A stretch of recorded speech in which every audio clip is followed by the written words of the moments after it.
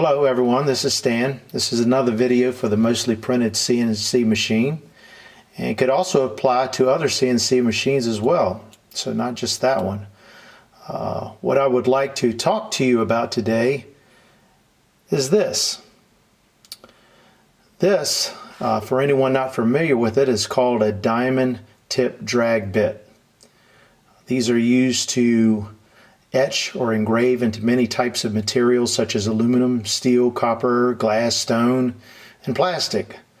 The one I have here in the router is 120 degree version. They also have 60 and 90 degree options as well. I purchased mine from Amazon, and I will post a link below for anyone interested in these. I do a lot of engraving in acrylic to make illuminated LED displays that everyone has seen.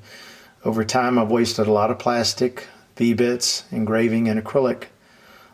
Anyone who engraves in acrylic knows that it's important to have the correct spindle speed, bit depth, and feed rate to have a successful engraving. Even under ideal circumstances, the sharper V-bits used for finer detail isn't going to last but so long. As you see, I have this copper tube that I use to blow compressed air to help keep the bit and the plastic cool while I'm engraving. And honestly, after a while, I grew tired of dealing with the finicky nature of the V-bits and engravings I was trying to do. I've seen very little use of this on acrylic. Most of the videos out there are geared toward, using them on other materials that I mentioned earlier. But some of the advantage of using one of these over the traditional bits, V-bits, is one, much longer bit life, especially if you use it on plastic only. It doesn't care about the depth. The depth is only to control how much pressure you want on the surface, because as I mentioned, it's spring-loaded. You can chuck it right into the router. The one I use has a 1/4 inch shank. The router isn't turned on at all, so it's very quiet. You only hear the stepper motors.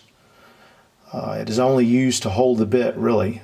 You could actually remove the router and design 3D print your own holder and clamp just to hold this if you chose to do so.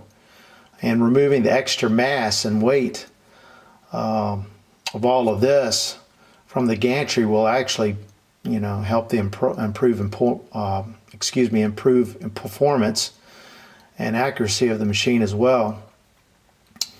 Because this tip is spring-loaded, if your machine gantry is off a little bit in the Z direction, you'll never see it in the engraving because it's very, very forgiving. There's no mess. Only a little dust from the scratching, the surface with the bit stays right where it is where the engraving is. You can achieve very fine detail easily. Feed speeds really don't matter. If your machine can handle the higher speeds and maintain accuracy, then do it. When engraving in acrylic, for use with the LED illumination, only a minimal amount of etching is actually really needed. And I'll demonstrate what I mean. So as you can see, a very minimal amount of etching is really needed.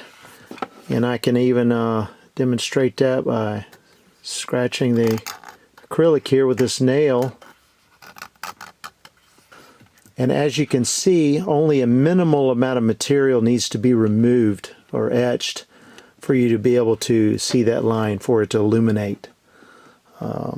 So with that being said, let's engrave something so you can see the results.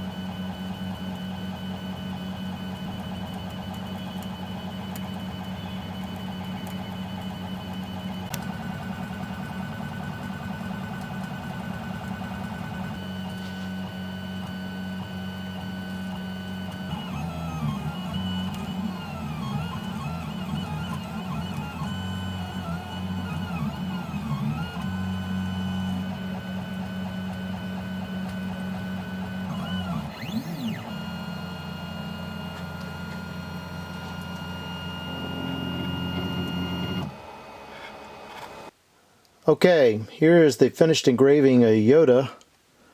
Notice how nice and clean the etching is and how well it illuminates. As I mentioned previously, I used a 120 degree drag bit for this. I could have certainly done much finer detail than this, even with a 120 degree bit. If you needed finer detail, then 60 or 90 degree bit would work great. I think all of us makers out there can agree that Yoda's quote is very true. I know it is for me. That's it, folks. I hope you found this useful. Please like and subscribe, and I will see you next time. Take care.